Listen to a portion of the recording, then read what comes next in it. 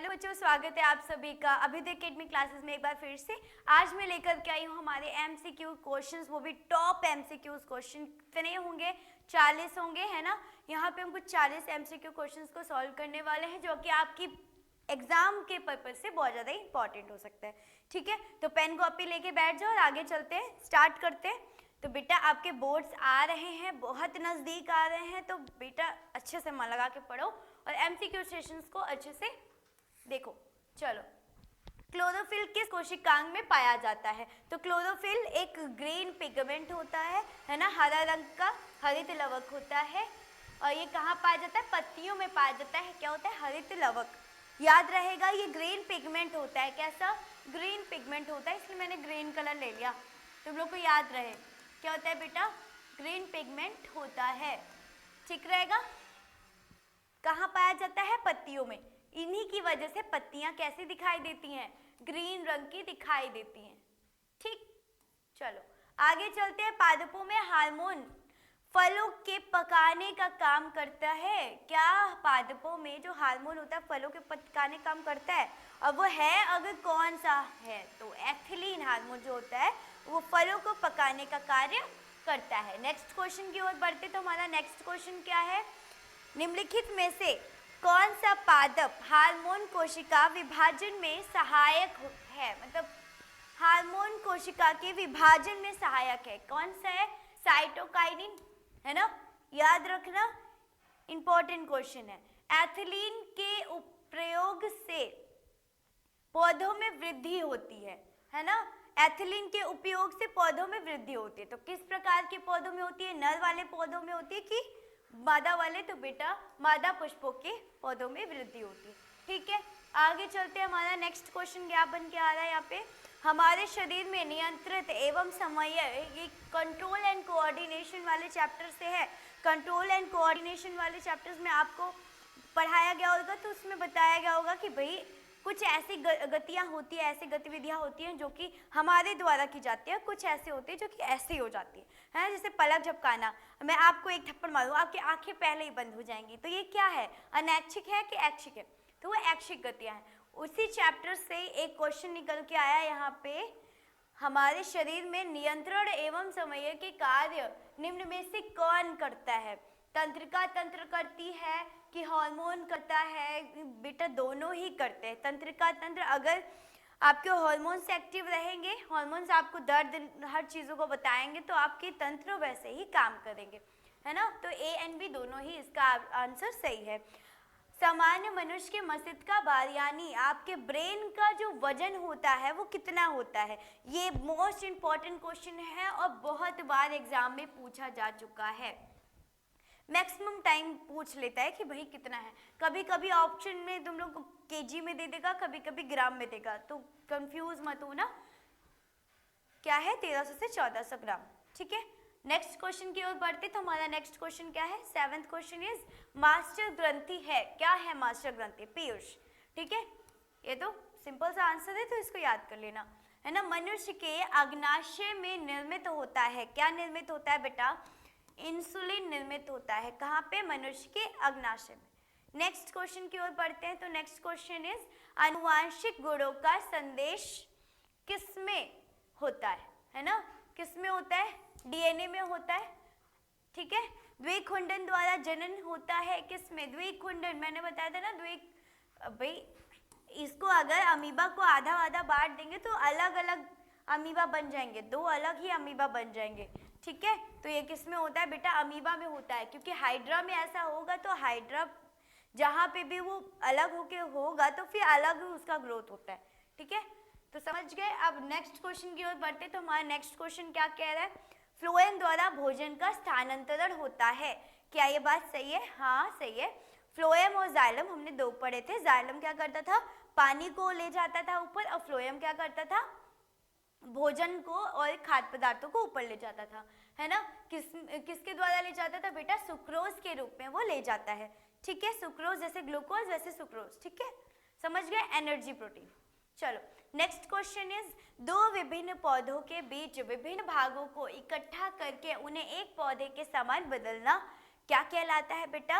रोपण कहलाता है। ठीक है, इतनी बात क्लियर। नेक्स्ट क्वेश्चन, प्रकाश संश्लेषण के लिए आवश्यक गैस, एकदम मोस्ट इंपॉर्टेंट गैस और मोस्ट इंपॉर्टेंट क्वेश्चन है ना, बहुत इंपॉर्टेंट है। फोटोसिंथेसिस से आपका बहुत सारे क्वेश्चंस बन के आते हैं, 1 नंबर के, 2 नंबर के, 5 नंबर के भी। फोटोसिंथेसिस अगर पूरा डिफाइन करने को आ जाएगा तो आपको फोटोसिंथेसिस का यानी प्रकाश संश्लेषण की परिभाषा लिखनी होगी और उसका फॉर्मूला लिखना होगा, ठीक है। याद है 5 नंबर के क्वेश्चन में बन के आएगा, अभी से बता देती हूँ। और इम्पॉर्टेंट गैस की यहाँ पे बात करें तो बेटा CO2 के बिना नहीं हो सकता, क्योंकि इसमें सनलाइट चाहिए, क्लोरोफिल चाहिए, CO2 चाहिए, तभी क्या बनेगा, वो ग्लूकोज बनाएगा और ऑक्सीजन रिलीज करेगा। इतनी बात क्लियर। 14वें क्वेश्चन की ओर आते हैं तो क्या कह रहा है, प्रकाश ऊर्जा को रासायनिक ऊर्जा में मतलब सनलाइट को केमिकल एनर्जी में चेंज करता है, कैसे, रूपांतरण करने की प्रक्रिया क्या कहलाती है, अभी मैंने बताया फोटोसिंथेसिस कहलाती है, यानी प्रकाश संश्लेषण कहलाती है। नेक्स्ट क्वेश्चन भी अगर हम बढ़ते हैं तो हमारा नेक्स्ट क्वेश्चन क्या होगा, देखिए आमाशय है ना, आमाशय के भीतरी स्तर को हाइड्रोक्लोरिक अम्ल से रक्षा करती है। बेटा जो आपके पेट होता है ना, पेट में एसिड पाया जाता है, कौन सा एसिड, हाइड्रोक्लोरिक एसिड। एसिड से सुना है ना, तेजाब, तेजाब किसी की स्किन में गिर जाए तो क्या होता है, जल जाता है इंसान। अब सोचो कह रहे हैं कि आपके पेट में एसिड है, तो वो एसिड क्या आपके पेट के इधर उधर उसको जलाता नहीं होगा, कुछ हार्म नहीं पहुंचाता होगा, लेकिन उसको प्रोटेक्ट कर देता है ना, रक्षा करता है। कौन रक्षा करता है, श्लेष्मा, ठीक है। पेपर में आ सकता है, इंपॉर्टेंट क्वेश्चन है, ठीक है, मोस्ट इंपॉर्टेंट क्वेश्चन है। नेक्स्ट चलते हैं तो नेक्स्ट क्वेश्चन इज पादप निम्न प्रक्रम द्वारा वायु को शुद्ध करता है ना। जो हमारे पेड़ पौधे होते हैं कौन सी प्रक्रिया के द्वारा वायु को शुद्ध करते हैं, तो फोटोसिंथेसिस के द्वारा ही, है ना। वो लेते हैं, जब फोटोसिंथेसिस लेते हैं तो क्या करते हैं, वो बनाते हैं, अपना फूड बना लेते हैं वो, उसके बाद कार्बन डाइऑक्साइड को अब्जॉर्ब कर लेते हैं और ऑक्सीजन को छोड़ देते हैं। जब ऑक्सीजन छोड़ेंगे तो हमारा वातावरण क्या होगा, शुद्ध होगा, है ना। इतनी बात क्लियर हो गई। अब चलो नेक्स्ट क्वेश्चन में चलते हैं। तो यकृत किस रस को स्रावित करता है, यकृत भाई यकृत कौन से रस को स्रावित करता है, याद रखना। ऐसे क्वेश्चन बन के आ जाएगा कि पेनक्रियास कौन से रस को स्रावित करता है, तो बेटा उसका भी अलग होगा, पेनक्रियाटिक जूस। यहाँ पे पित्तरस को यकृत करता है। इतनी क्लियर। एटीपी का फुल फॉर्म, तो बेटा एडेनोसिन ट्राइफॉस्फेट, इसको भी याद रखना, ये तो जस्ट याद करने की चीजें हैं। चलो नेक्स्ट क्वेश्चन बढ़ते हैं। नेक्स्ट क्वेश्चन, हमारे हृदय में कितने कोष्ठ होते हैं, हमारे हार्ट के चैम्बर्स के बारे में बात कर रहा है कि हमारे हार्ट में कितने चैम्बर होते हैं। तो हार्ट का डायग्राम बेटा इसमें मैं बता देती हूँ, 1 नंबर का तो ये क्वेश्चन आ गया है ना।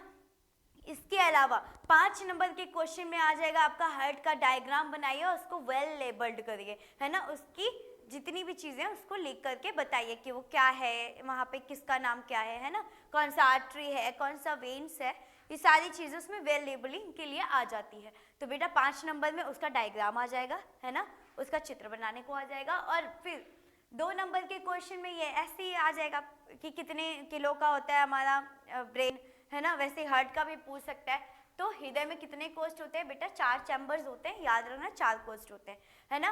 ग्लाइकोलाइसिस की प्रक्रिया संपन्न होती है, किसमें होती है, कोशिका द्रव्य में होती है, ठीक है।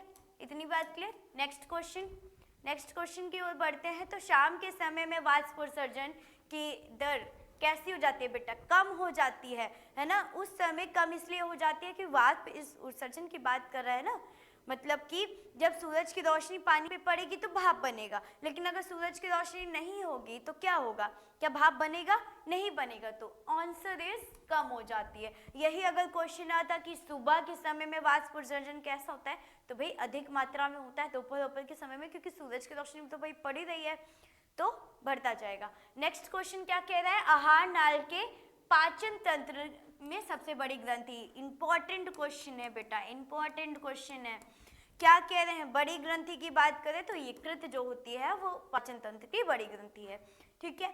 आगे चलते हैं, हमारा आगे नेक्स्ट क्वेश्चन क्या कह रहा है, निम्नलिखित में से कौन सा एंजाइम अम्लीय वातावरण में, भाई ये बहुत नौटंकी बाज होता है, क्या है इसका आंसर? बहुत नौटंकीबाज होता है, कहता है भाई जब तक मुझे एसिडिक टेम्परेचर नहीं दोगे, एसिडिक एटमॉस्फेयर नहीं दोगे, मैं काम नहीं करूंगा। तो ये कौन है बेटा? पेप्सिन। पेप्सिन पियो, पेप्सी पियो, एकदम नौटंकी करो, है ना। तो ये क्वेश्चन तो आपको एकदम क्लियर हो गया होगा कि ऐसा एंजाइम जो कि अम्लीय वातावरण में ही कार्य करता है, ठीक है, अम्लीय वातावरण में ही काम करता है, ये कौन है? पेप्सिन है, नखरेबाज पेप्सिन। चलो याद हो गया।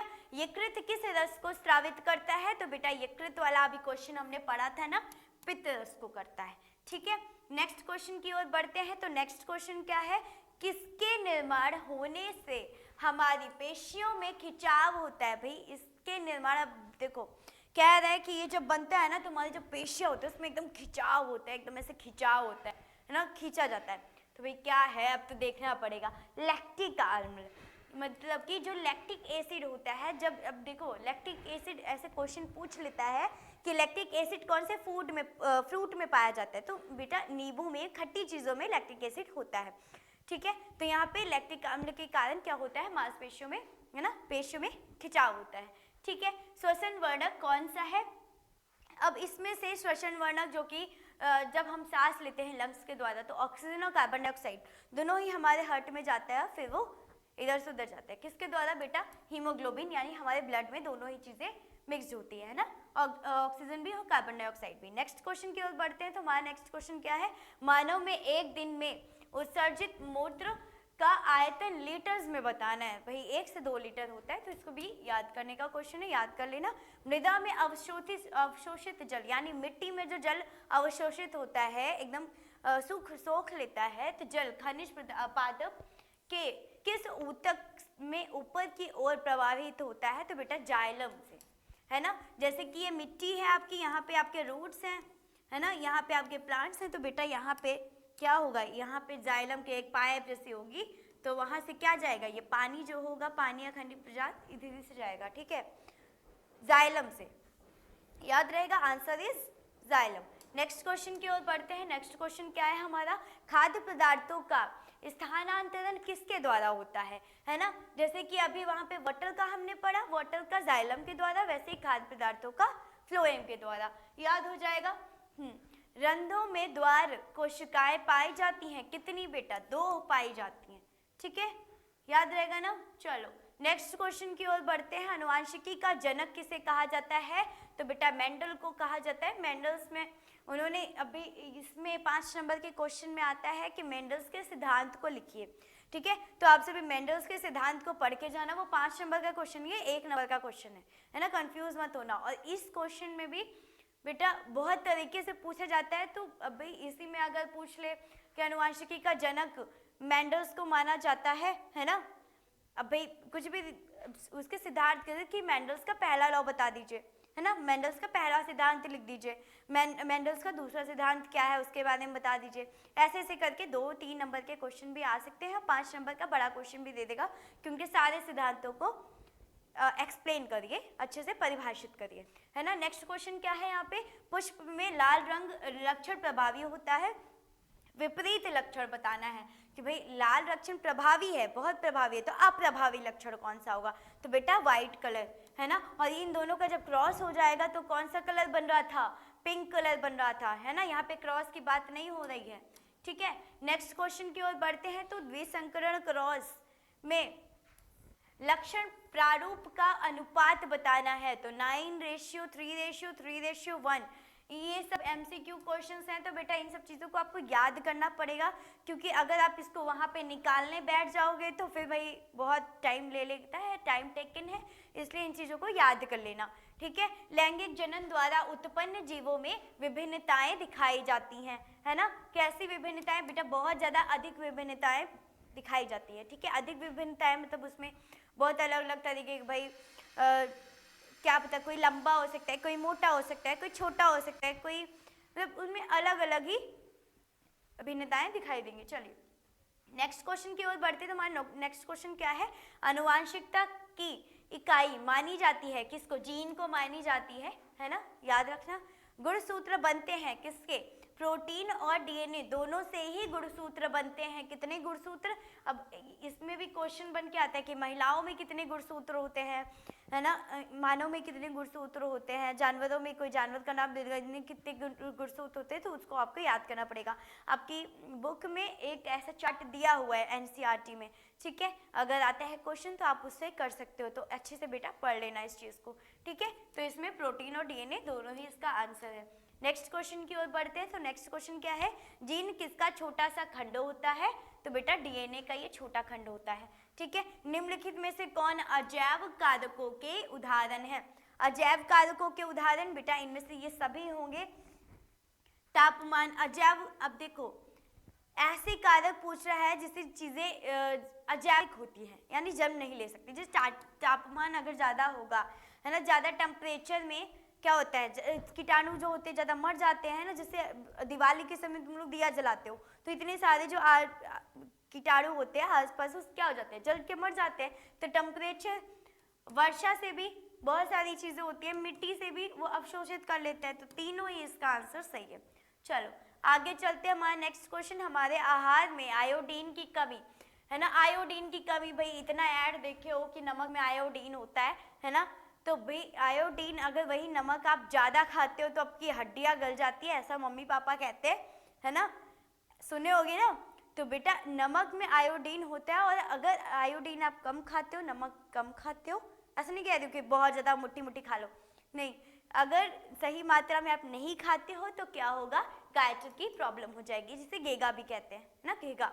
चलो नेक्स्ट क्वेश्चन क्या है, किस हार्मोन की कमी से मधुमेह यानी शुगर की बीमारी होती है? कौन सी बीमारी की बात कर रहा है यहाँ पे? शुगर की बीमारी की बात कर रहा है। तो याद रखना बेटा शुगर की बीमारी, शुगर चीनी की बात नहीं कर रहे, एक बीमारी है, ठीक है। इंसुलिन की कमी, इंसुलिन एक टाइप का क्या है, हार्मोन है, और अगर किसी को शुगर की बीमारी होती है तो उसको इंसुलिन का इंजेक्शन दिया जाता है ना, जिससे उसका शुगर क्या होगा, थोड़ा बहुत मेंटेन होगा, ठीक है। नेक्स्ट क्वेश्चन, चलिए आज के लिए इतना ही, आपके इतने ही क्वेश्चंस थे भाई, ताली बजाओ, इतने सारे क्वेश्चंस खत्म कर लिए। और भाई जितने भी क्वेश्चंस आपको पढ़ाया मैंने, इसके साथ साथ आपको कुछ ऐसा एक्स्ट्रा भी नॉलेज दिया जिससे आपके 5 नंबर के क्वेश्चंस भी आपको पता चल गया कि किधर किधर से आ सकता है। तो सारे क्वेश्चंस को आप एक जगह पे लिख के रख लो, अभी से पेपर के टाइम में उसको एक बार बस देख के चले जाना, रिविजन करके चले जाना, आपका पेपर ही बहुत अच्छे से हो जाएगा, ठीक है। आज के लिए इतना ही, मिलते हैं आपसे कल एक नए वीडियो के साथ। तो all the best for your exams. चलिए धन्यवाद।